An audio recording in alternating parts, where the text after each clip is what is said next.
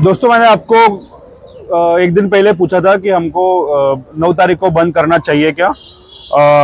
आप लोग क्या चाहते हैं? तो बड़ी तादाद में आप लोगों ने बोला कि आप लोग सब चाहते हैं कि आप 9 तारीख को उत्स्फूर्तपना से अपने गाड़ियां बंद रखें और गाड़ियों पे बहिष्कार डालें। मैं इस बात से 100% सहमत हूँ, क्योंकि मोदी जी 9 अक्टूबर को मुंबई में है, महाराष्ट्र में हो गए और पूरे देश के फाइनेंस सेक्टर के जो तज्ञ हैं वो भी हो गए, और उनके सामने हमारे परिवहन मंत्री कितने बड़े चोर है, या अगर सबको चिल्ला चिल्ला के बताना है तो हमको 9 तारीख को सबको अगर बंद रखते हैं तो इससे बढ़िया कुछ हो नहीं सकता। आप लोग भी तैयारी कर रहे हो, मैं देख रहा हूँ, और इसलिए मैं आप सबका अभिनंदन करता हूँ। सिर्फ इतना मेरा सजेशन रहेगा कि जो भी हमको करना है वो पीसफुली करना है, शांतिपूर्ण मार्ग से करना है, और जो कोर्ट ऑर्डर है वो कोर्ट ऑर्डर फॉलो करके करना है। किसी भी तरह का हमको हिंसा नहीं करना है। आज हमको मुंबई में सहायक ट्रांसपोर्ट कमिश्नर साहब ने बुलाया था कि इसी बात के लिए रिक्वेस्ट करने को कि आप लोग 9 तारीख को आंदोलन मत करो। हम लोग कोशिश कर रहे हैं। उन्होंने आज फिर से हमको 2 लेटर दिए, एक ओला का है, एक है रैपिडो का लेटर है। इसमें इन्होंने लिखा है कि हम लोग रेट देंगे। ओला ने लिखा है कि हम लोग रेट दे रहे हैं, लेकिन बाकी के लोगों ने देना चाहिए।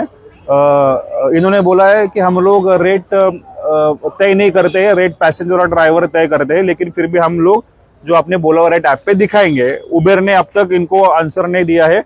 अभी उबेर नखरे कर रहा है कि हमने बीच में रेट बढ़ाए थे, अभी ये लोग ने रेट नहीं दे रहे थे करके। उबेर का लेटर हमको 5 बजे तक मिलेगा, ऐसे हमको सहायक ट्रांसपोर्ट कमिश्नर ऑफिस ने बोला है। लेकिन हमारा ये बोलना है कि कागज पे तो हमको बहुत रेट मिल गए। अगर कागज के रेट पकड़े तो सब ड्राइवर लखपति हो गए हैं। हमको ऐप पे रेट चाहिए। जब तक ऐप पे रेट नहीं मिलते तब तक हमको ऐसे इनके कंपनियों पे तो बिल्कुल भरोसा नहीं है। हम कागजों पे क्यों भरोसा करें? तो इसलिए 9 तारीख का आंदोलन पीछे लेने का सवाल ही पैदा नहीं होता। आंदोलन तो हम लोग करेंगे। मैं ऐसी आशा करता हूँ कि अत्यंत शांतिपूर्ण मार्ग से अगर पूरे महाराष्ट्र के पुणे, मुंबई, नागपुर, नासिक के रिक्शा और कैब ड्राइवर एक है और अब वो लड़ सकते हैं, शांतिपूर्ण तरीके से लड़ सकते हैं, ये मैसेज अगर जाता है और वो देश के प्रधानमंत्री तक पहुंचता है तो इसका वो 100% संज्ञान लेंगे और भ्रष्ट परिवहन मंत्री पे कार्रवाई करेंगे। उसके लिए आप सबको इस आंदोलन में सहभागी होना पड़ेगा। ये तो रेट की बात की। दूसरी बात है बाइक टैक्सी की। मैं रिक्शा चालक भाइयों से खास करके ये विनती करता हूं कि अगर आप लोग 9 तारीख के आंदोलन से नहीं जुड़ते हो तो हम लोग बाइक टैक्सी का मुद्दा छोड़ देंगे, स्पेशली मुंबई के रिक्शा चालक भाइयों से, क्योंकि आप ऑलरेडी देख रहे हो कि अभी तो कहाँ पे तो शुरू हुई है बाइक टैक्सी, और अभी आपका धंधा 600-700 रुपए तक आया है। आप ओला उबर पे काम करने वाले रिक्शा ड्राइवर हो, आप शेयर वाले हो, आप सीट वाहतूक वाले हो, आप कोई भी हो, आपका धंधा अगर 5 रुपए की बाइक आपके मोहल्ले में घूमने लगी 5 रुपए पर किलोमीटर का, तो रिक्शा कोई यूज नहीं करेगा। आपका बचा कुचा बिजनेस भी पूरा खत्म हो जाएगा। अगर आप इस आंदोलन से नहीं सहभागी होते हो, ज्वाइन होते हो, तो हमको ये मुद्दा छोड़ना पड़ेगा। क्या मिला है अब तक? 2 दिन में 736 बाइक टैक्सी पे कार्रवाई की है ट्रांसपोर्ट डिपार्टमेंट ने, और उनकी गाड़ियां सीज की है। आगे भी करेंगे, चालू रहेगा। उन्होंने अभी एक टोल फ्री नंबर भी दिया है, 1800220110। फिर से बोलता हूँ, 1800220110।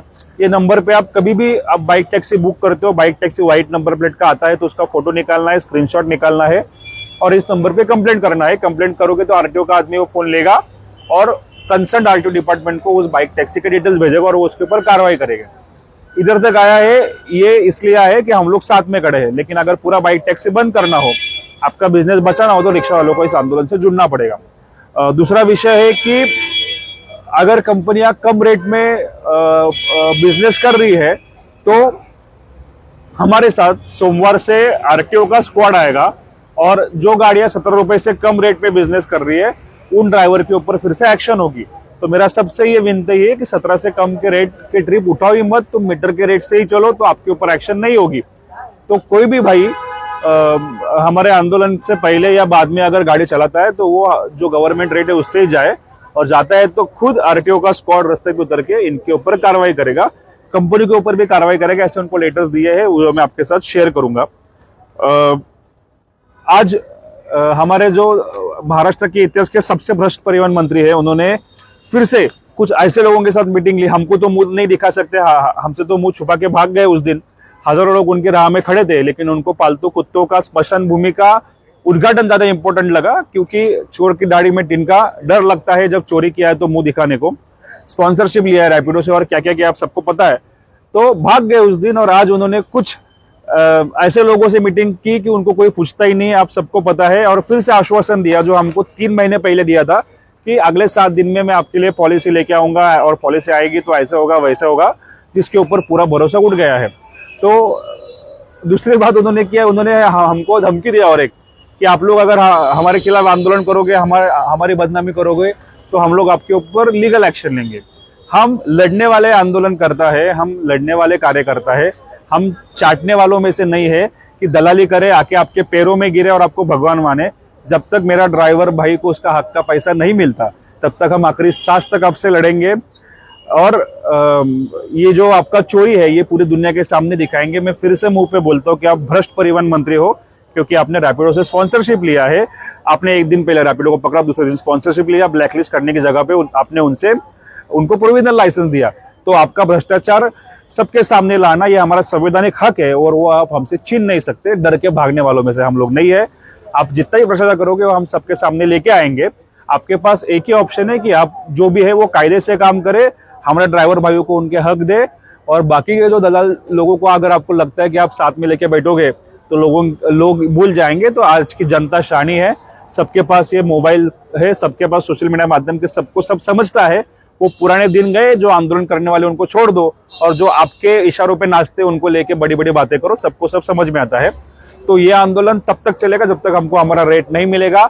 आप हमको इतने बुरे दिन हमारे लोगों को दिखाओगे, आप हमारे लोगों का सब छीन लोगे, तो हम लोग आपको छोड़ेंगे नहीं, हम लोग आखिर तक लड़ते रहेंगे। धन्यवाद। जय हिंद, जय महाराष्ट्र।